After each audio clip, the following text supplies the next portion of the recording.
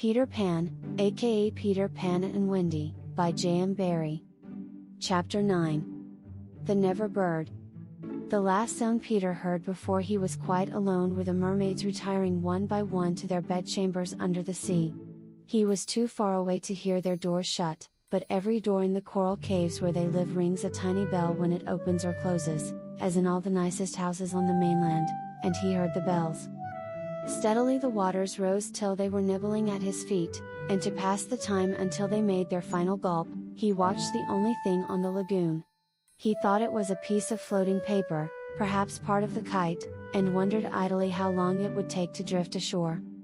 Presently he noticed as an odd thing that it was undoubtedly out upon the lagoon with some definite purpose, for it was fighting the tide, and sometimes winning, and when it won, Peter, always sympathetic to the weaker side, could not help clapping.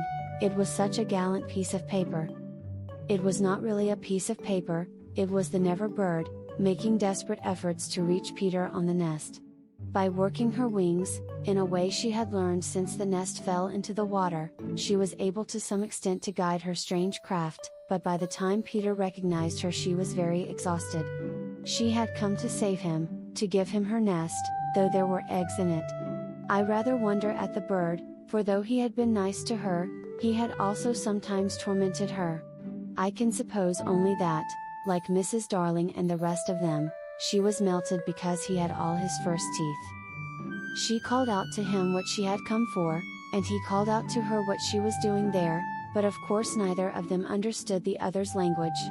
In fanciful stories people can talk to the birds freely, and I wish for the moment I could pretend that this were such a story, and say that Peter replied intelligently to the Never Bird, but truth is best, and I want to tell you only what really happened. Well, not only could they not understand each other, but they forgot their manners. I want you to get into the nest, the bird called, speaking as slowly and distinctly as possible, and then you can drift ashore, but I am too tired to bring it any nearer, so you must try to swim to it. What are you quacking about? Peter answered. Why don't you let the nest drift as usual? I want you, the bird said, and repeated it all over. Then Peter tried slow and distinct. What are you quacking about? And so on. The Never Bird became irritated, they have very short tempers. You dunderheaded little jay, she screamed, why don't you do as I tell you? Peter felt that she was calling him names, and at a venture he retorted hotly, so are you. Then rather curiously they both snapped out the same remark. Shut up? Shut up? Nevertheless the bird was determined to save him if she could, and by one last mighty effort she propelled the nest against the rock.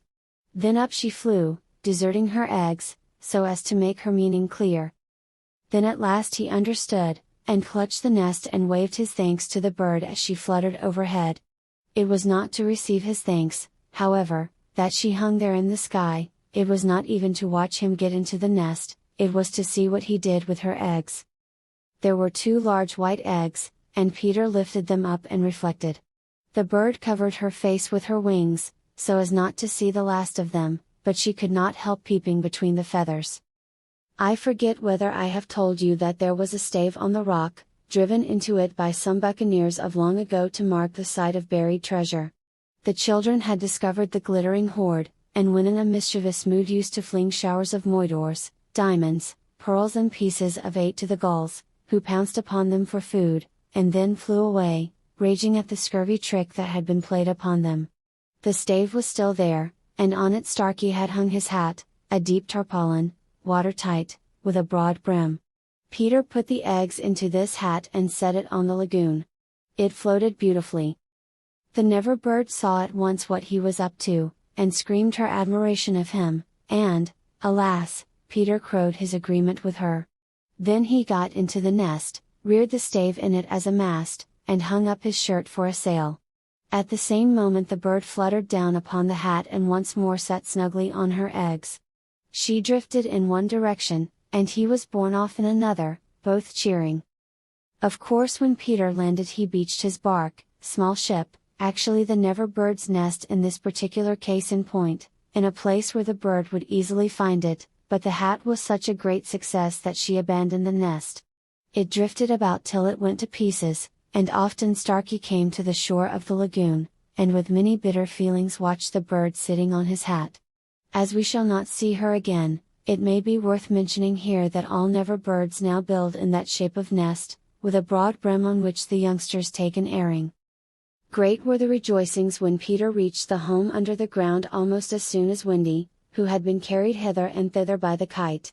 Every boy had adventures to tell, but perhaps the biggest adventure of all was that they were several hours late for bed. This so inflated them that they did various dodgy things to get staying up still longer, such as demanding bandages, but Wendy, though glorying in having them all home again safe and sound, was scandalized by the lateness of the hour, and cried, to bed," in a voice that had to be obeyed. Next day, however, she was awfully tender, and gave out bandages to every one, and they played till bedtime at limping about and carrying their arms in slings.